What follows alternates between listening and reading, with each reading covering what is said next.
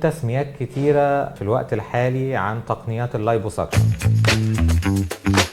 أشهر حاجة لايبوساكشن 4D، لايبوساكشن 3D. هي النتيجة بتاعتهم بتبقى إن إحنا عايزين نحصل على نحت للقوام بحيث إنه يبرز تنايات العضلات أو التنايات بتاعة الجسم بصورة يعني واضحة. ال4D النتيجة اللي أنا بوصل لها إن شكل الجسم يبقى منحوت والعضلات تبقى مرسومة، عضلات البطن وعضلات الأجناب. ال4D هو النتيجة اللي بنحب نحصل عليها عشان تدي الجسم بالنسبة للرجالة والستات الشكل الرياضي. يعني بالنسبة للرجالة تديهم السكس باكس والنحتة بتاعت عضلات البطن، بالنسبة للسيدات بتديهم الشكل الرياضي لعضلات البطن الأمامية، بيبقى فيه زي جروف بالطول في النص وفي 2 جروف هنا في الجنب. دول أشهر شكل الستات بتحب تحصل عليه. الناس لازم تعرف بالنسبة لجراحات التجميل اللايبوساكشن مش عشان إنقاص الوزن، لكن اللايبوساكشن هيبقى